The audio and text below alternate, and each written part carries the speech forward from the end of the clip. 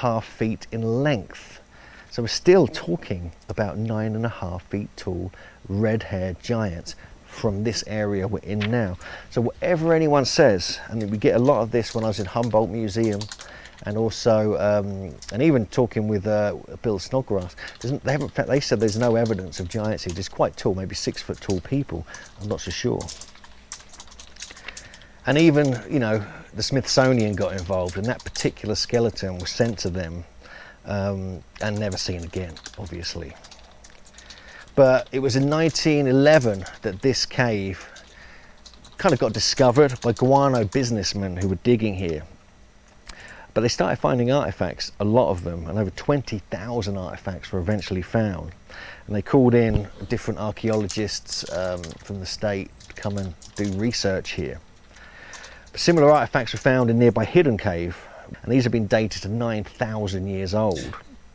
Spirit Cave is famous for the mummy, which has now been pretty much been debated by the local tribes as to whether it should be repatriated. But that's 9,400 years old, which is contemporary with Kennewick Man of a similar age. But you know, the very oldest evidence we're finding here is 2,740 BC with some carbon dating that was carried out. Anyway, it was James Hart and David Pugh who got the rights to dig and sell the guano at Lovelock Cave in 1911. And about when they got quite, you know, just a few feet into the cave, I quote, they found a striking looking body of a man 6 feet 6 inches tall. His body was mummified and his hair distinctly red. So we have that again. And then we have the story of the Fraternal Lodge, who, I quote, the best specimens of the adult mummies was boiled and destroyed by a local Fraternal Lodge, which wanted the skeleton for initiation purposes. And this could be the Felon Fraternal Society, which we think it is, but my buddy Bill from Lovelock Museum thinks it could be the Institute of Oddfellows, who we know are quite unorthodox and would possibly do things like this.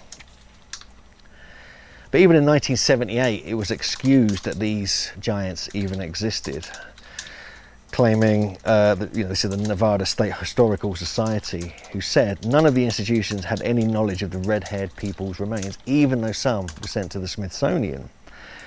Another account was announced in 1975 of a man well over 6.5 feet tall. This could have been the one that was in the possession of Clarence Stoker, who's also donated many of the artifacts and discovered many that are in the Lovelock Museum and other museums. There was another account between 6 and 7 foot tall in the 1960s, which could be the same one. There's also a 4-inch donut-shaped stone, which we saw some of those in the museum, with 365 dots on the outside and 52 dots on the inside, suggesting they had an understanding, whoever was here and however old this particular stone was, of very detailed annual calendar. Other skulls were discovered that were actually on display, possibly the ones from Clarence Stoker. There were 4 skulls on display. I asked them, and they've been repatriated. I think they're now in the museum in Reno, awaiting repatriation. We're going to investigate, see if we can get access to them. But we know they're not particularly giant, but they're robust, almost Cro-Magnon type skulls, which shouldn't really be here in this area officially.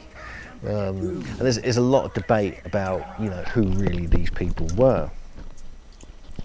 But the jaws are very large, and even Mikey Ewers, who's, you know, a well-known giantologist, who did some research here in this particular site, helped us with the book, claims it's between 12 and 20% larger than a standard human jaw at that time.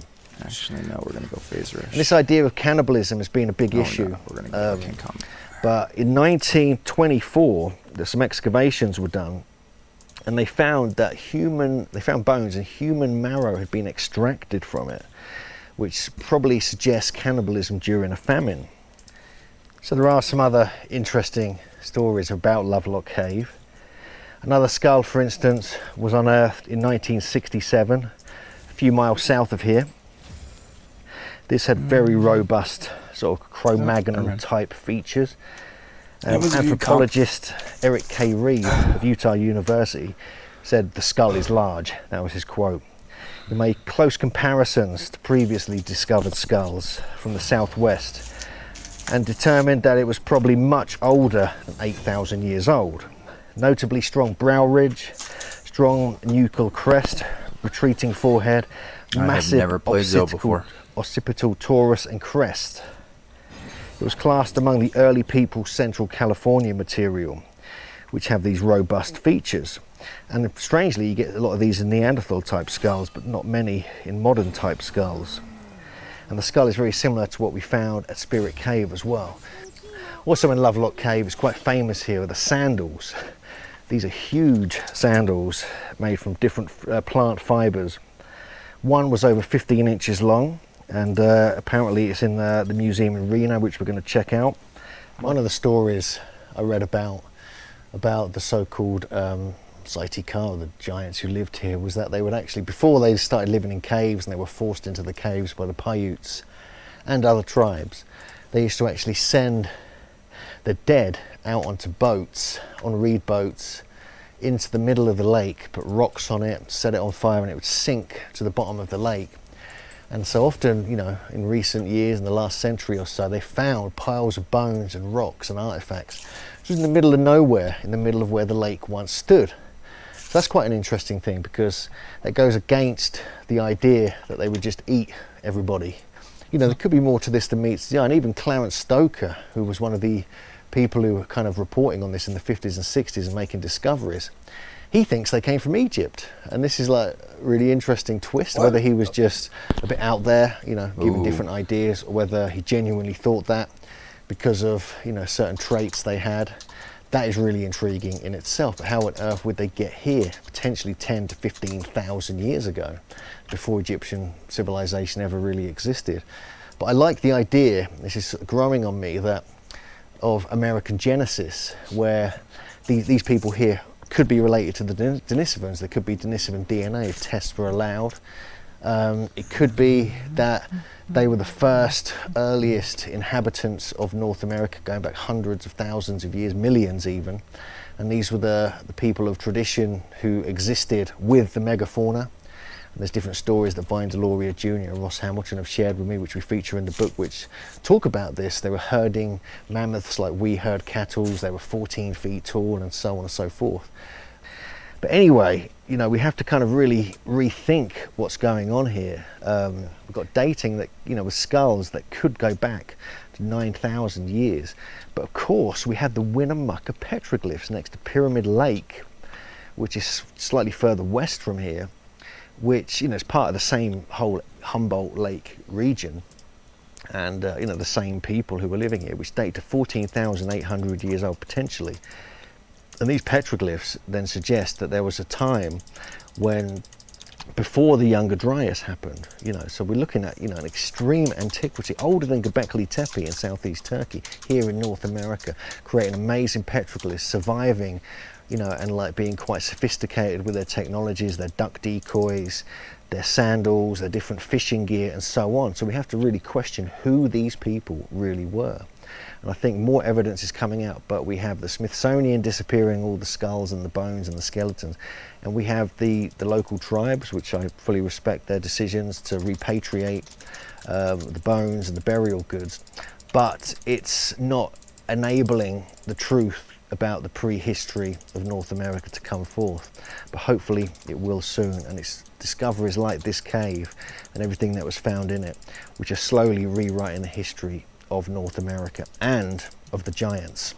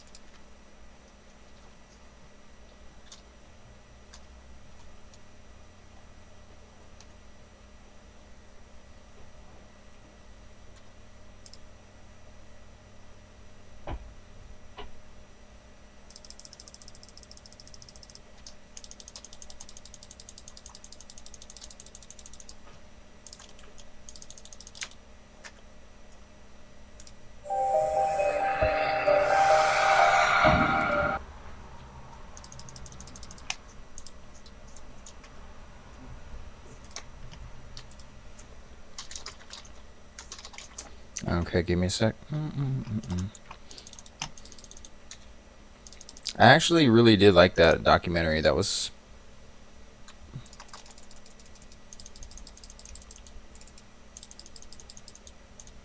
Wait.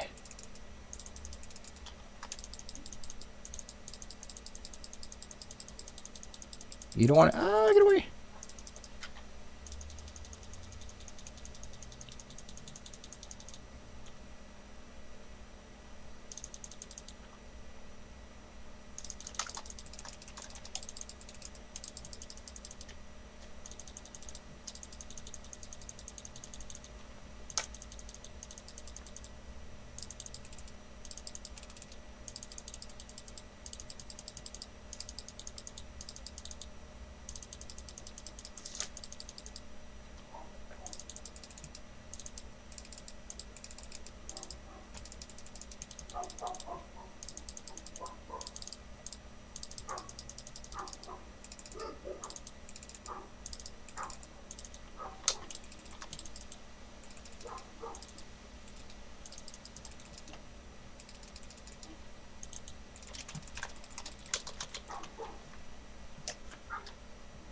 I ain't no punk bitch. Alright, let me see. I want to find something else. Here we go. This is cool. Hugh Newman, the megalithic giants, the lost history of a forgotten race. Let me share this with baby. Copy. Copy pasta, please.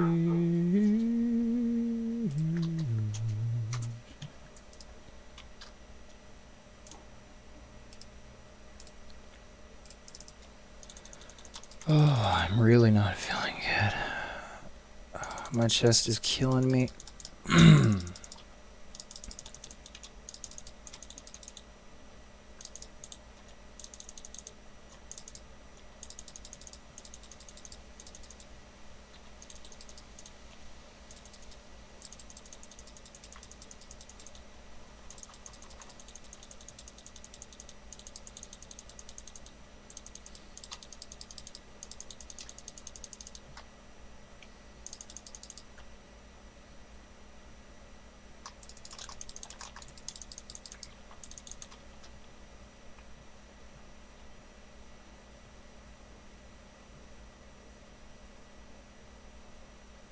Here, Poppy, Poppy, Poppy.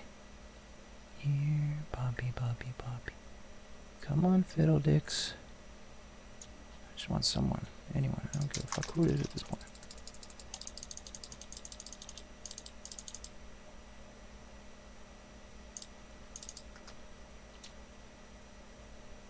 Come on, someone come for it. Come on. Come on, you know you want it, kill. You know you want it, baby. Oh, I'm sorry.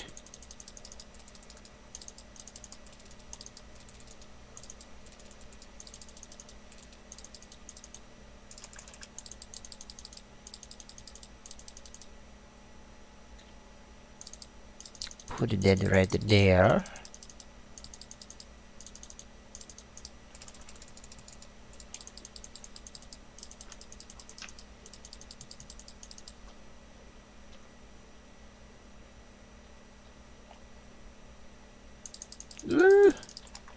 Come on, jump me, come on, bitch. Come on, bitch. Oh, it's good to you.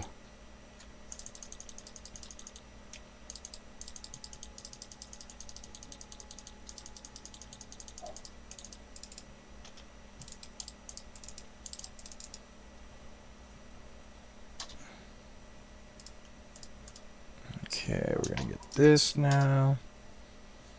Come on, because I gotta nerf their heals. Actually, I might just sell my boot. No, never mind. We'll make it. Okay.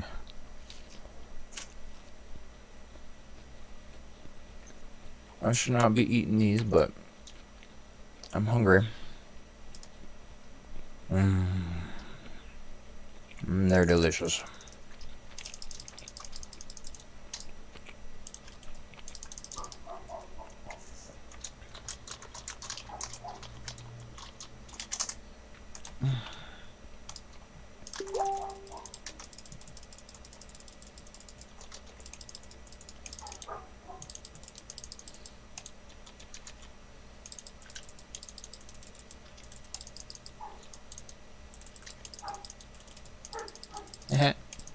And you die.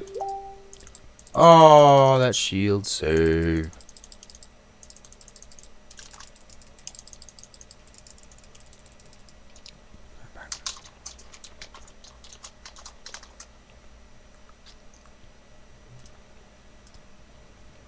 Actually, no, never mind.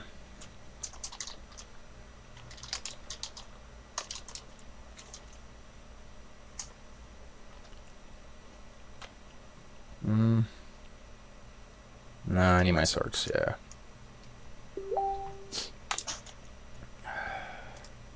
For real, I was thinking about that. Like, you're just some subspecies of Bigfoot.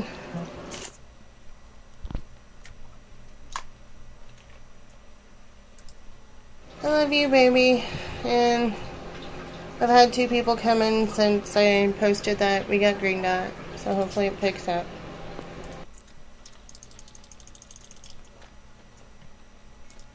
Okay, I have the video pulled up, so just let me know when to start it.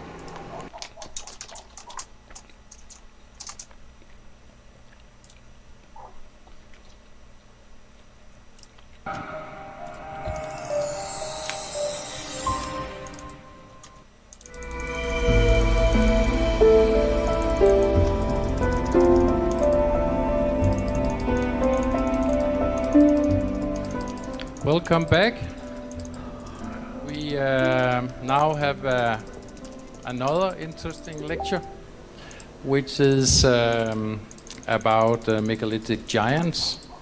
We have earlier, I don't know if any of you know of Brian Forrester. He also was a speaker at Open Mind Conference.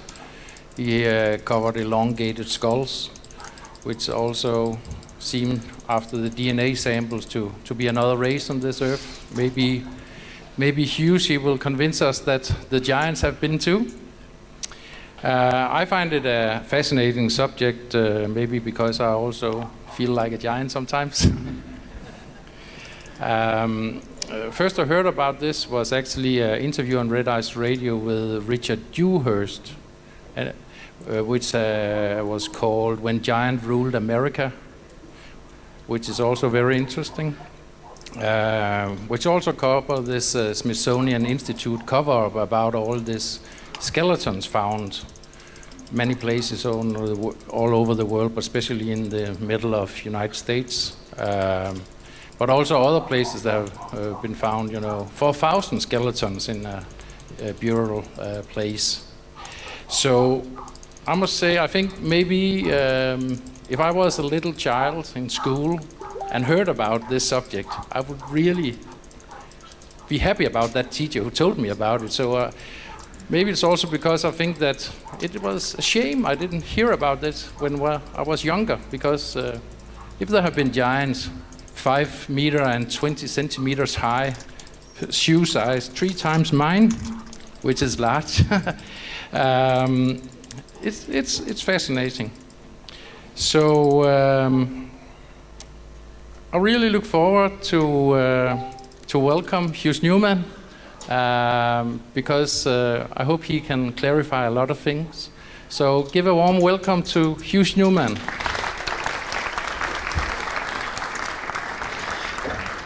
Thank you, Frank. Right on. Okay, thank you very much, Frank. I appreciate that wonderful introduction. And so today we're going to be talking about quite a strange subject, to be honest with you.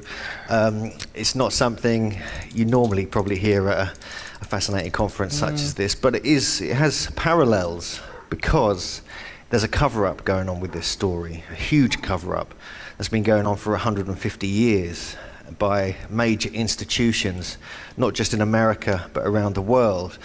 And we're really questioning our true origins of where we came from. If there was a giant race in North America, which I'm going to suggest there was in this lecture, and in different parts of the world, then why has that been removed from the historical record and deliberately brushed under the carpet?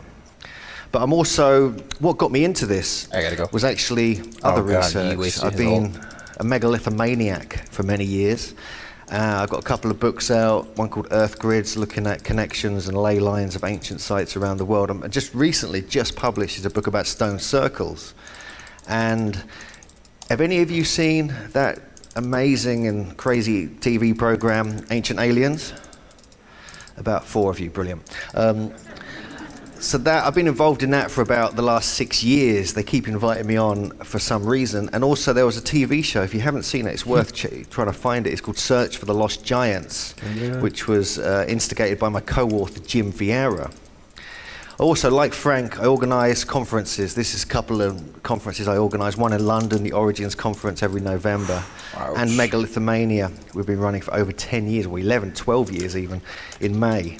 So if you want to come over and hear more about megaliths and giants, please do. I also travel and explore quite extensively. It's one of the reasons I'm quite happy to come to Denmark. This is a very short journey, it's a 2-hour flight for me. But we do get around the world, we run tours and sometimes conferences in other places. A very good friend of mine is Brian Forrester. I believe some of you met him a couple of years ago here, and we organise tours. And this is really to enable us to fund our research and our travel, because we travel a lot and we research a lot and we don't have any funding, any sponsors, so any income we get goes into that. But it's really the megaliths, and this is one aspect which really intrigues me. I was wondering, do the lights need to be on the screen so much? Because it seems like they're bleaching out a little bit. And is one aspect, for instance, out of many, is these polygonal walls we find all over the world. And on the bottom left there, we can see there's me standing there against this polygonal wall. Oh, whoops a daisy. One more time. This is actually one of the pyramids on the Giza Plateau.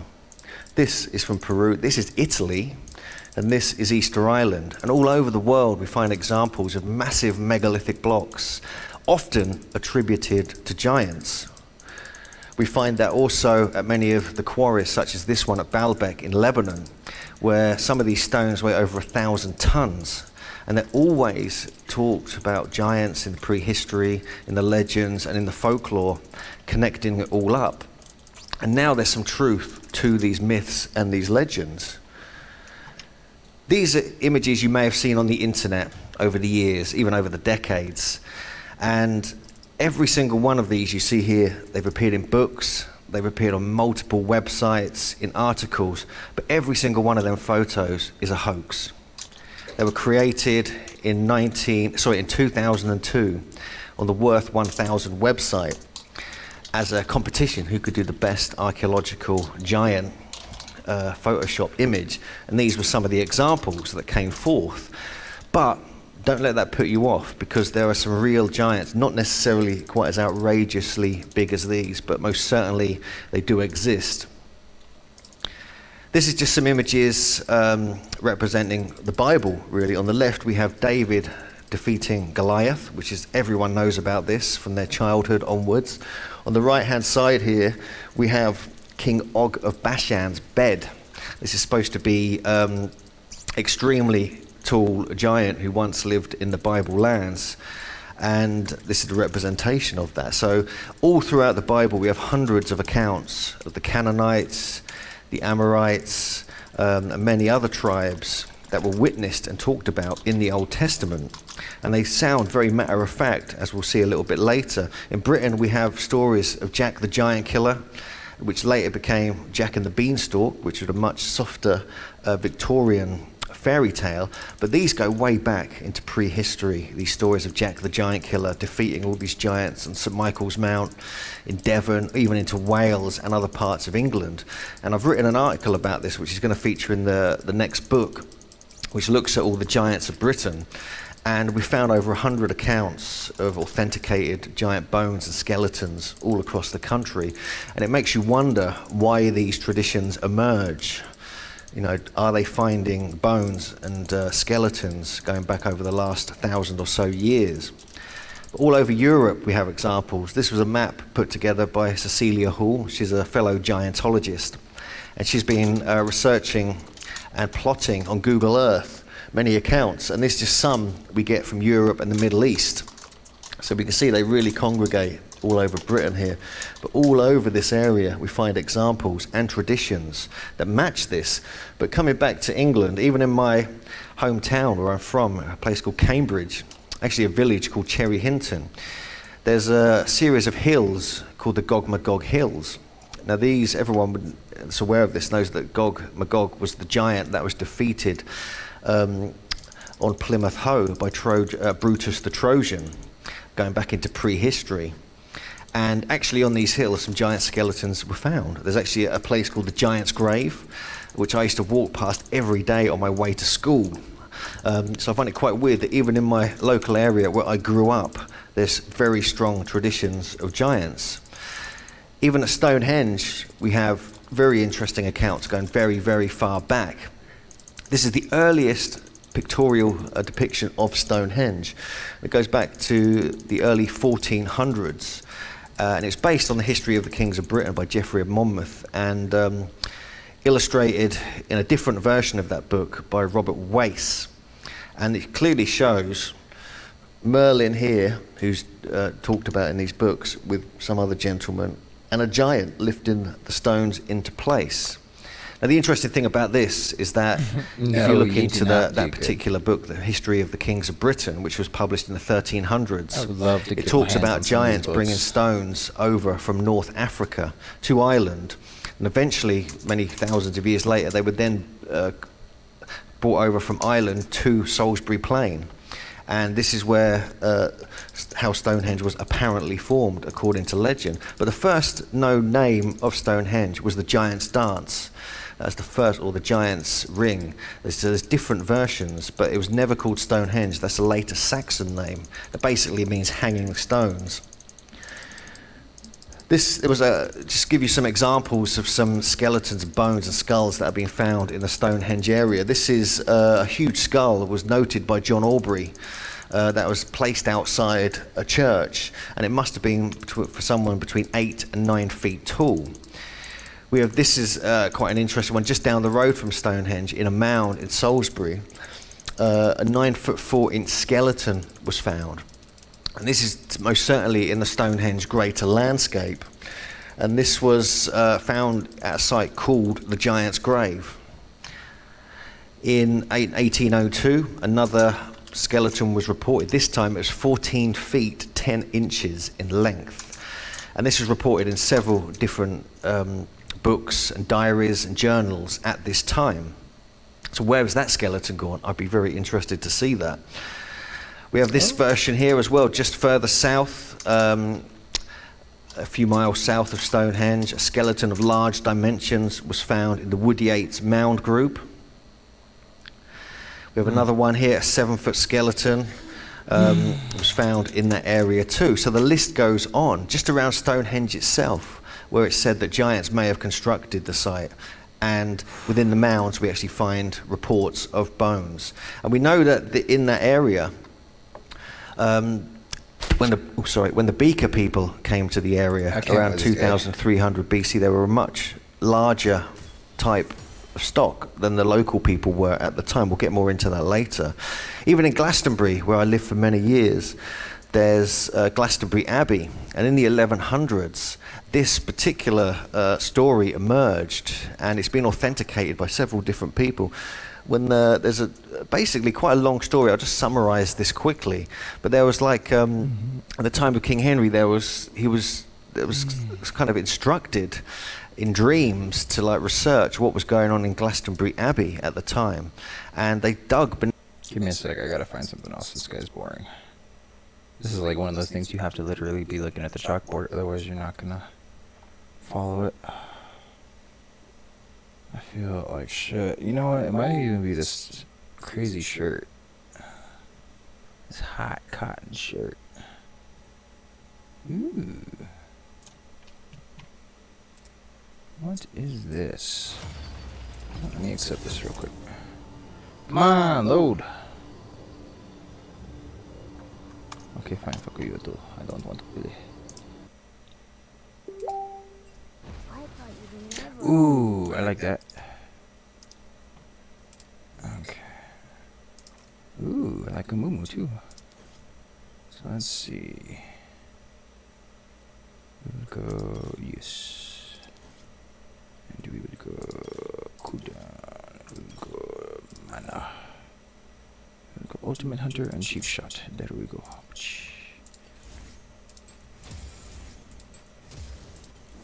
And he has such cute little skins though. Like they really haven't changed too much since they brought him though.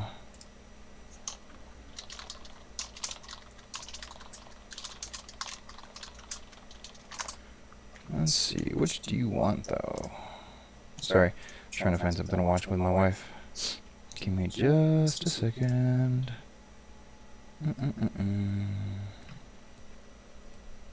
But yeah, if anyone's out there, literally, brand new channel,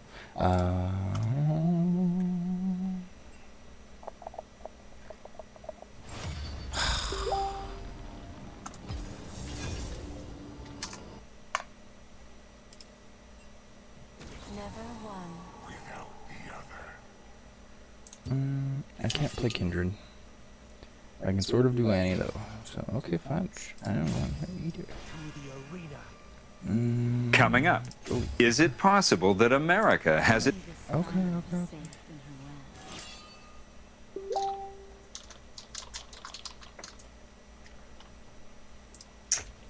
Yeah, why not? Whatever.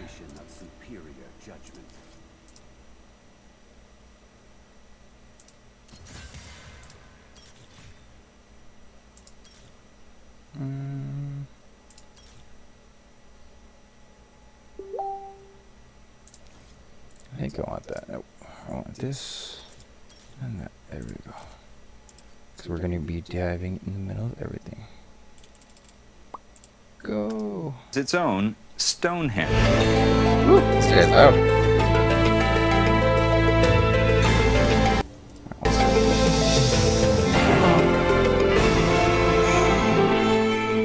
Understanding of the ancient past comes from studying artifacts that have survived through the centuries, pieces of pottery or tools that provide clues about our ancestors.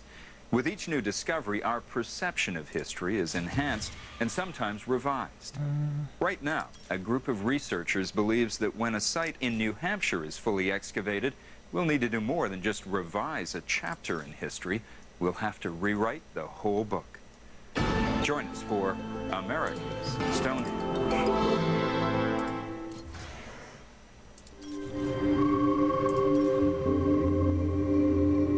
On the islands of Malta and Gozo in the southern Mediterranean stand massive chambers, tunnels, and walls constructed from stones weighing as much as 30 tons each. We'll try this. These are considered the oldest standing man-made structures in the world, dating around 3,250 BC. Within the next 1,000 years, more stone monuments begin appearing throughout the Old World. From ziggurats, the forerunners to the Great Pyramids built in present-day Iraq, to standing stones, stone circles, and chamber tombs constructed in what is now France, Britain, and Ireland.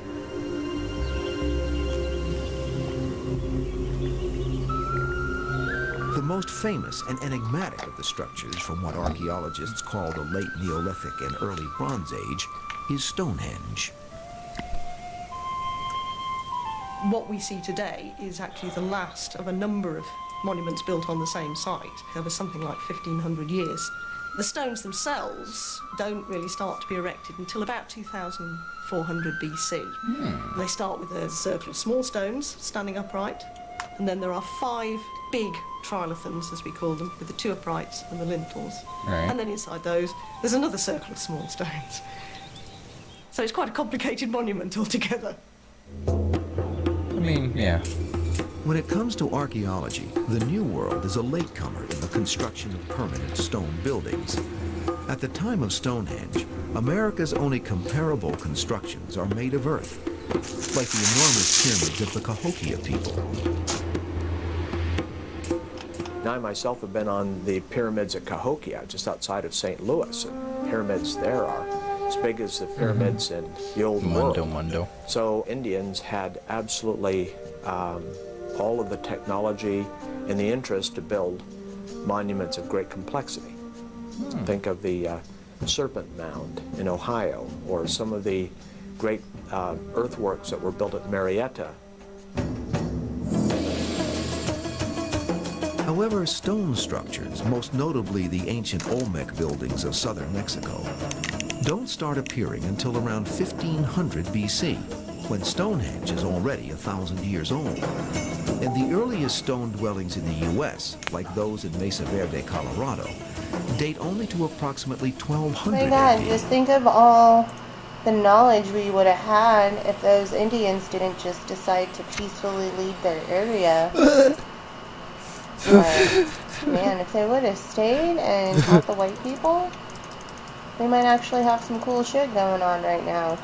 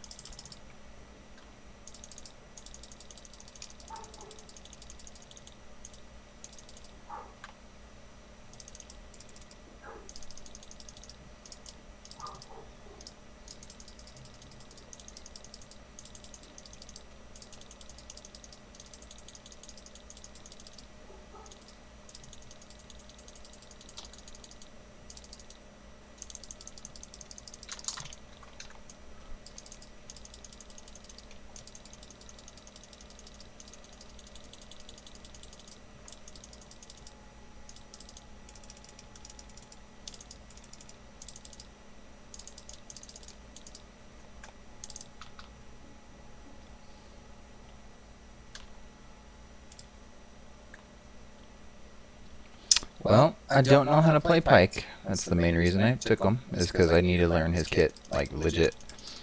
So, everyone says that he's a better Thresh. I love Thresh. I love Thresh. I don't know if I'll be able to get around the fact that I can't build tanky.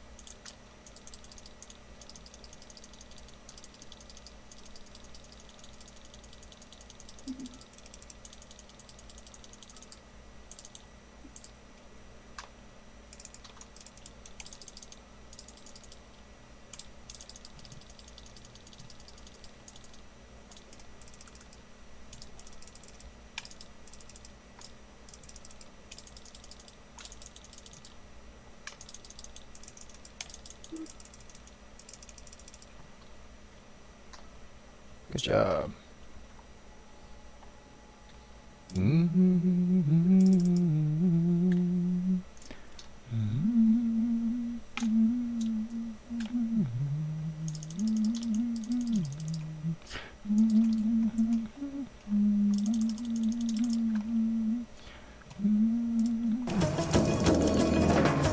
The current belief among mainstream archaeologists is that there would be nothing in the New World that compares with, say, this 4,000-year-old Bronze Age dwelling in Skara Brae, Scotland.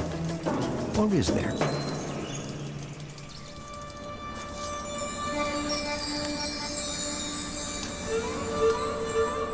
We believe it's one of the oldest man-made stone constructions in the New World. We've dated it as early as 4,000 years old. This collection of ancient-looking chambers, walls, and standing stones is not in Scotland, France, or anywhere near the Mediterranean. It is 35 miles north of Boston, in North Salem, New Hampshire. Some researchers have likened it to temples in Malta to places in the Iberian Peninsula, to Mycenae, to Minoa in Crete. That's legit. You see the structures of these chambers, and they're so similar to what we have here. Not only in the construction, but in the way that the structures are shaped and the directions that they face, and possibly the functions that they have. It's very hard not to look at them and go, wow, that's incredible that you can see this here and then see that there.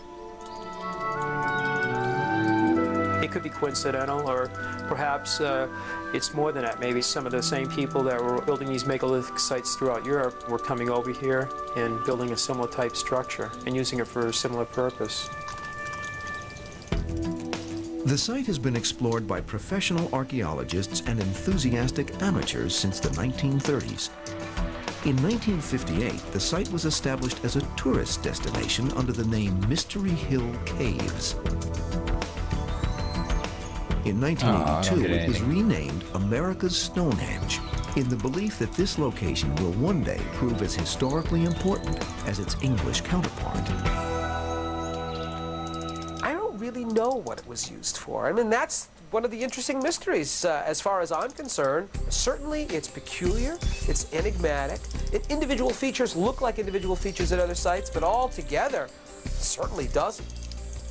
The main site at Mystery Hill, or America's Stonehenge, covers a little more than 1 acre of wooded hilltop. At its entrance is a stone chamber known as the Watch House. Excavations in the 1950s uncover what some believe are stone and bone pendants, indicating the chamber may have been a burial place. What we found up there is none of the original stonework have drill marks for metal tools Drill marks. or any metal hammers. That whoever built the roof slabs and all the stones up there were using Stone Age technology.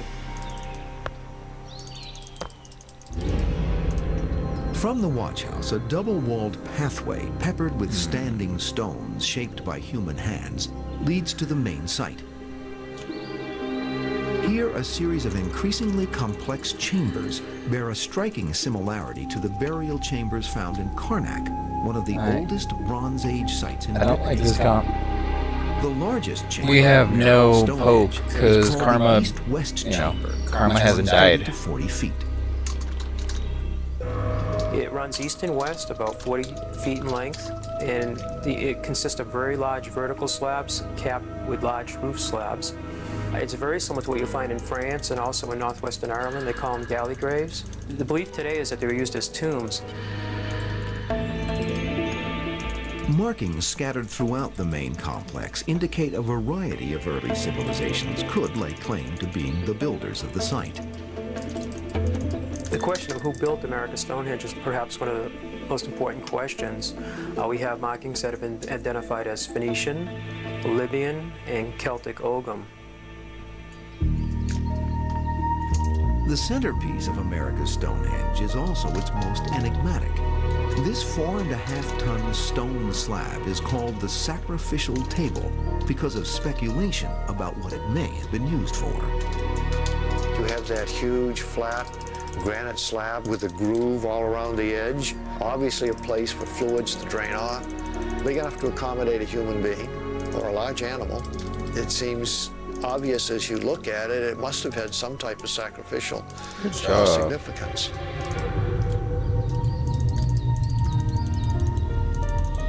The so-called sacrificial table is adjacent to a large subterranean chamber near the top of the site. Fuck, my skills won't go off. It's the largest chamber still on America's Stonehenge. It runs about 30 feet in depth and about 18 feet in width and about 6 feet high. It's called the Oracle Chamber because of a feature we have in this wall we call the Oracle Tube. There's a step I'm standing on, and a person of about 5 to 5.5 feet tall could turn to this hole in the wall and speak through this tube. The sound will go through, and it comes out underneath the sacrificial table. Yeah, come on. The tube is similar to what we saw in Malta, and they're used in, we think, a similar manner. People would get his voice, they thought it was a spirit or some sort of a deity, and this is a way that people would get spiritual guidance. At face value, the standing stones scattered around the perimeter of America's Stonehenge bear little resemblance to its English namesake. However, astronomical studies show that many of the stones in New Hampshire feature the same astronomical alignments found in the monument on Salisbury Plain. What? They don't think there's any question but what there's a huge astronomical calendar on the site here. Calm the fuck down. North Salem. Astronomical alignments, ancient inscriptions, Stone Age technology. Taken in its entirety, America's Stonehenge presents a dizzying array of possibilities about its mysterious origins. Is it Phoenician, Iberian, Celtic? Was it built to be a tomb, a sacrificial site, a calendar? Nobody can figure out what it is. All kinds of people have their own theory and come up with different explanations, but nobody can agree on what it is, and no one, I think, will really ever know. Unless you are a mainstream archaeologist, in which case the story of Mystery Hill is not so much about its historic origins as it is about the way in which history can be twisted to make a megalith out of a molehill. Very few things are impossible in archaeology, but we're always changing things. But I think the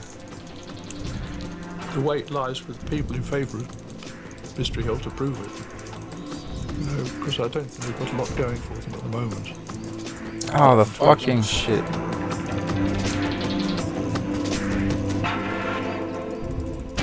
When we return, the search for the truth about America's Stonehenge begins with the first archaeological excavation at the site. They did recover artifacts from Mystery Hill, 7,000 of them. The Great Pyramid at Giza, at 481 feet, was the tallest structure in the world for 4,000 years, until surpassed in 1889 by the Eiffel Tower. We now return to America's Stonehenge on History's Mysteries.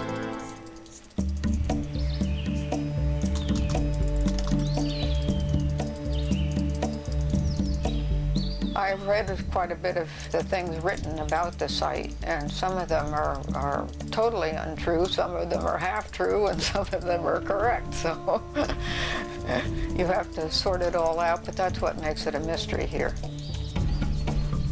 Although many people believe that America's Stonehenge dates to the Bronze Age 4,000 years ago, one of the first written accounts about the mysterious structures at the site doesn't occur until 1907.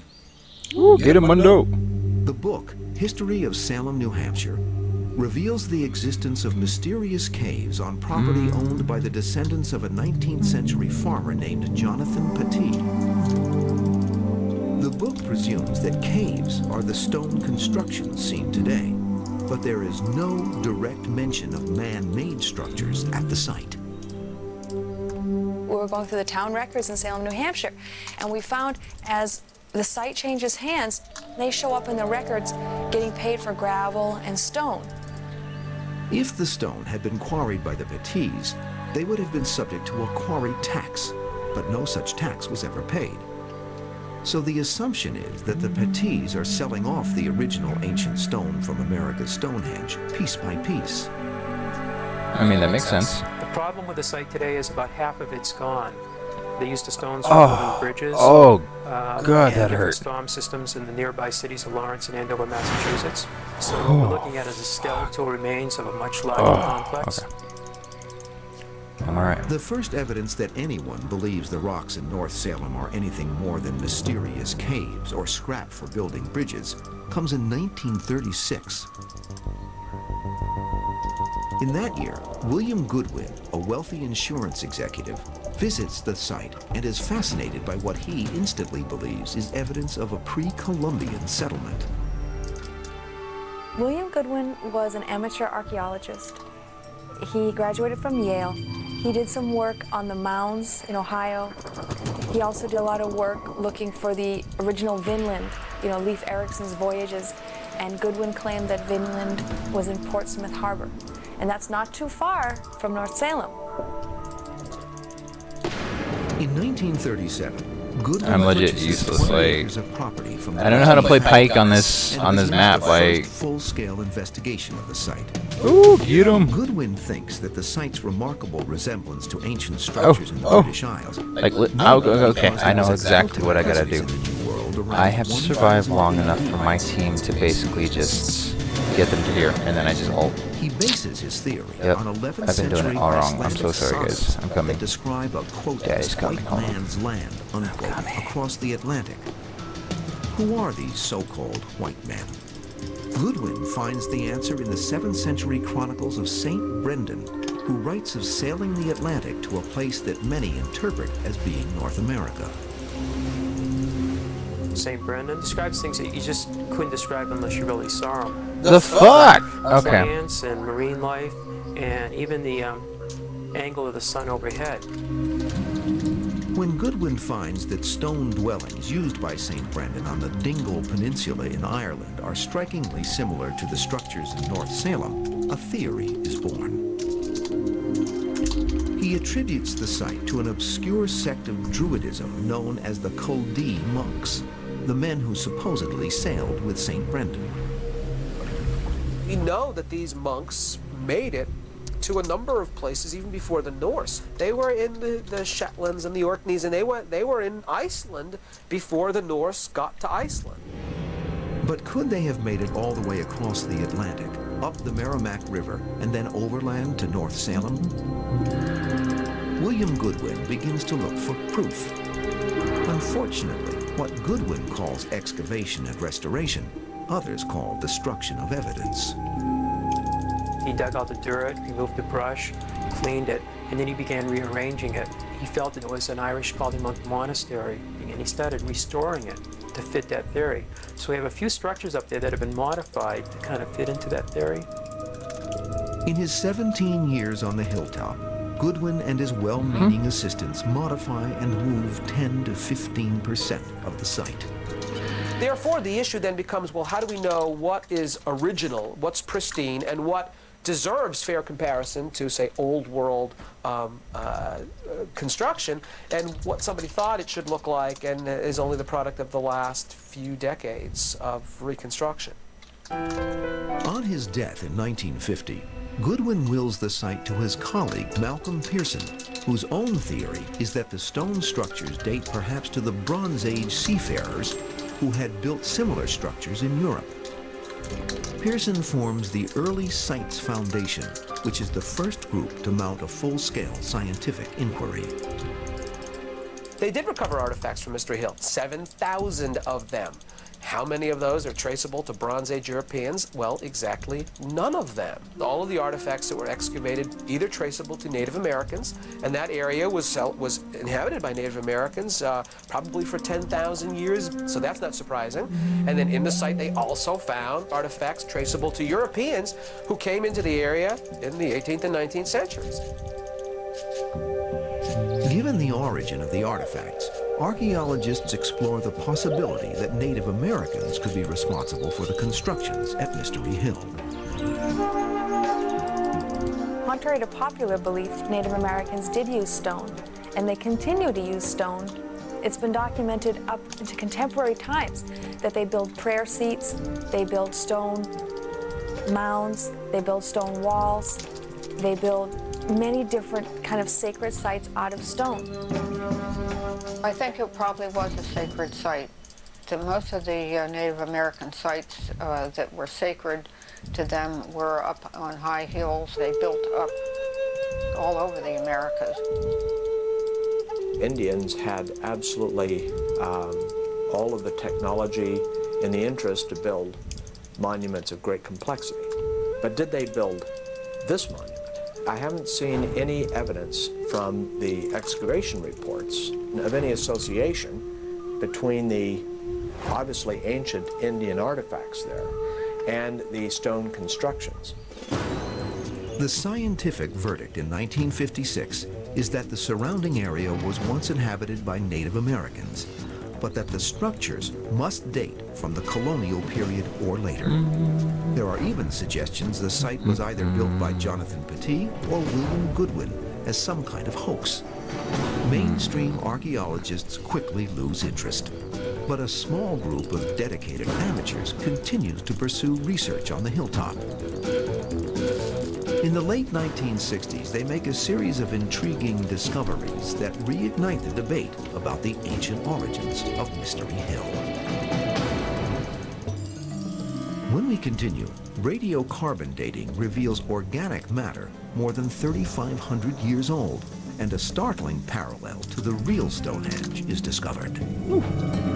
That's interesting. That's exactly what we're looking for. Now let's show me more. Amateur archaeologist William Goodwin was convinced that ancient Irish explorers had visited much of New England. In 1946, Goodwin announced he had located at least 15 other mysterious stone structures, all of which he attributed to the Irish. We now return to Fucking Irish. America's Stonehenge on History's Mysteries.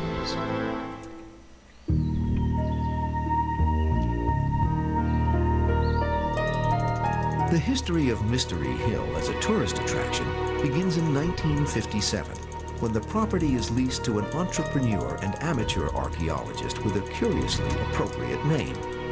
Robert Stone builds a small museum and opens the site to the public under the name Mystery Hill Caves.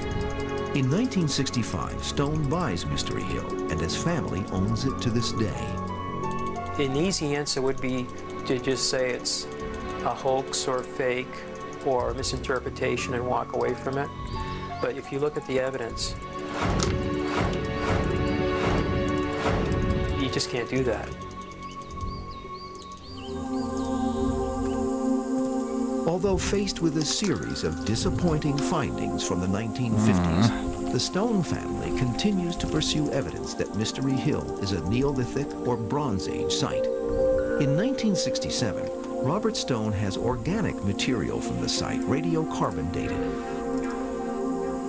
A tree root growing through the wall of one chamber is dated to 1690, eliminating William Goodwin or even Jonathan Petit as the builder of the site. You don't build a stone chamber around a tree, and the wall was already there. So we have a wall that was there before Jonathan was born, before his father was born, and before his grandfather would have even been on top of the property.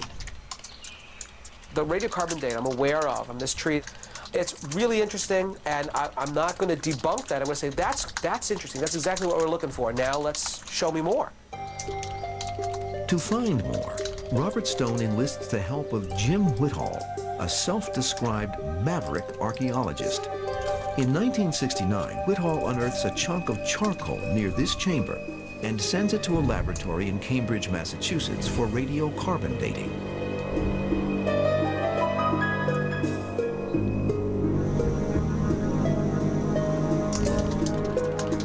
The charcoal is approximately 3,000 years old. The results confirm Stone's belief that he is the owner of an ancient site.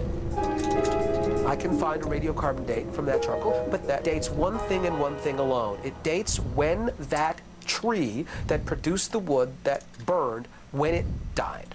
The charcoal that I pick up can be from a forest fire that burned hundreds of years before the site was occupied, or thousands of years after.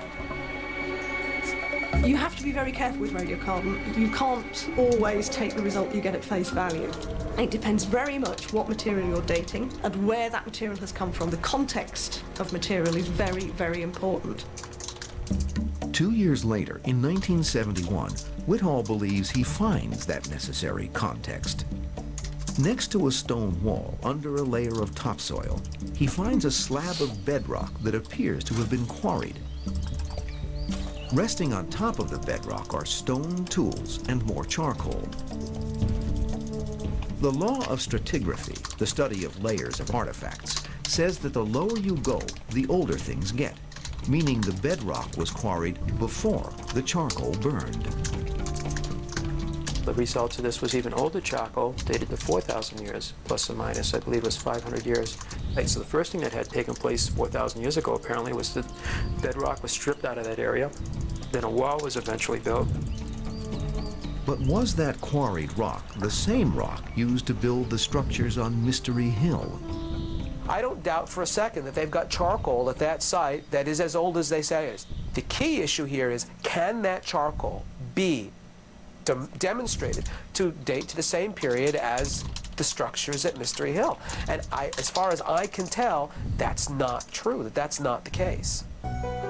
Undaunted by skepticism about the relationship between the charcoal and the rock, Jim Whittall pursues more proof. At the time, There is much excitement among archaeologists about the recently published findings of seemingly deliberate astronomical alignments at the real Stonehenge. On the outer perimeter of the monument, there is a single stone which stands up, which is known as the heel stone, and the midsummer sun rises above the heel stone. Conversely, if you stand on the other side of it, on the winter solstice, the sun sets into Stonehenge, which is really quite a spectacular thing. The published report also finds alignments at smaller European sites that more closely resemble the stones encircling Mystery Hill. The Rollright Stone Circle, known commonly as the King's Men Stone Circle, is from the late Neolithic period, so it's approximately 4,500 years old. We don't know why they built it or what for. There's been several astronomical alignments suggested for this circle, the main one being that the entrance to the circle is aligned to the major standstill of the moon at midsummer. In 1971, the owners of Mystery Hill sponsor an astronomical survey of their site, and in the following years find that it too has stones that mark important celestial events. The awesome thing is to actually see the sun rise out there on the horizon, and it's coming up right behind one of these standing stones on the edge of the hill here. Or to see it actually go down right over one of these standing stones. And to know that it's been doing that for probably 4,000 years. And then to ponder a little bit, you know, who was here then? These stones were intentionally removed from the bedrock and stood on end. And they vary from about 5 feet to 9 feet in height, and they must have had a purpose. Astronomical surveys find that not only do the standing stones encircling Mystery Hill mark the winter and summer solstices, they also mark the spring and fall equinoxes and 4 significant dates called cross quarters that were important Celtic holidays. Once we found those cross quarters, and those are the 4 Celtic holidays that are marked up there on the hill. Dad pretty much clinched it for me that this had to have some connection with the Celtic peoples of Europe, because here are their holidays, and they're marked. I challenge anybody to walk the stone walls around Mystery Hill, and I guarantee you, you will find other large upright stones that are not marked on the map. Well, they're not marked on the map because they don't represent any alignment. Well, if that's the case, then what they've done is sort of picked and chosen those stones that they can make an argument are aligned according to some celestial event on the horizon. While debate about the purpose and significance of the standing stones at Mystery Hill continues to this day, an even more controversial discovery is made by Harvard professor Barry Fell, who is now deceased. He was brought to the site in 1975, and he found an inscription to Bel, the sun god, and he said that this inscription was a Celtic inscription in Iberian Punic. In 1975, turn off your W, moron. In a dead language for more than 3,000 years. This was controversial because no one had ever found it in North America before. These were some alphabets that were only used in Europe. When we continue, are these stone tablets conclusive proof that Mystery Hill is older than the first documented explorers of the Western Hemisphere? Do I think people could have crossed the Atlantic before Columbus? Yes, I think so. Elsewhere in the world in 1975, in England, the world's first music video, Bohemian Rhapsody by Queen, aired on a show called Top of the Pops. You ready to watch this guy freak out? Between Christians and Muslims destroyed much of the ancient city of Beirut. And in the United States, 19-year-old Harvard dropout Bill Gates co-founded a software company, Microsoft. We now return to America's Stonehenge on History's Mysteries. Unlike organic material, rock can't be carbon dated. If it could, the mystery in North Salem, New Hampshire would have been solved long ago. Instead, the various owners of the site have attempted to find artifacts, astronomical alignments, and design similarities to prove the theory that this is an ancient place built by Bronze Age Europeans. They've also looked at the rocks themselves for evidence of a human hand. A few stone tablets in Robert Stone's museum are clearly carved. They are unearthed in 1964 during a restoration project. This tablet sits in the museum labeled Unknown Markings for 11 years. Dr. Barry Fell deciphers it in 1975. Dr. Fell looked at it and he says, this is Baal, B-A-L, Sh-D, Kenan, Kenan, Chanan. But basically, those are the letters that he assigned to these markings. And it was something like to Bel, the Canaanites are dedicating. Ooh. They are dedicating this. At the time of his visit to Mystery Hill, Dr. Fell is already a celebrity in the rarefied world of epigraphy, the study of stone inscriptions. A Harvard biologist by training, Fell shakes up the mainstream in the early 1970s, deciphering a number of North American inscriptions as primitive Iberian, Libyan, and Phoenician. He also claims to be the first man to decipher linear markings like these as a previously unknown Celtic language called vowelless Ogham. There are people who believe that he was a genius and that he, with a simple single-handedly exit and completely toppled the existing paradigm or the existing standard view of American history. On the other end of that spectrum, you have people who think he was a charlatan and a fool, and everything he did was detrimental to our understanding of history. At Mystery Hill, Fell finds the same languages he has deciphered at other sites in North America. Language. The tablets are vowelless Ogham, Libyan, and Iberian Punic, a language attributed to the ancient Phoenicians who dominated sea trade in the Mediterranean between the 12th and 4th centuries BC. Barry Fell's interpretation was that there were a number of different occupations. There was an original Phoenician occupation, and then after that was a Celtic occupation, then after that was a Native American occupation. Right. However, not everyone is convinced by Fell's interpretation of the Mystery Hill inscriptions. Let's go see. The fact of Let's the see how matter good is someone is. Hold on. that in a number of cases, linguists have been highly critical Let's of see if people this kid is like translating a these pro sorts of or things. if he's diamond. Very often in these ancient inscriptions, you get two different linguists to translate them, and they translate them entirely So view profile. That's interesting. I've never seen it before. Come on. It certainly has man-made linear markings. So level 46, and you're only silver that 2. was an L, and you could say that I'm sorry. You don't get to way, tell me anything. You don't know enough about the game. I have no idea what that So, says. okay. But it's an interesting thing. There are examples. See, you play a throughout lot the of United States Aram. books Ooh. being played on archaeologists, so they do have to be careful. But we can tell you that we've never tried to pull a wool over anybody's eye. I would think that any Well, inscription that was at least several like his thousand scores years aren't old terrible. in New England, See, like his that somehow survived the rigors his of a team New England scores. winter So. would be really unusual. So yeah, see, look, clearly that was not him. That was Zed, and like everyone on his team, besides him, did good. Like 3-4-3. That means you lost your lane. All right, that's okay. Let's check another one.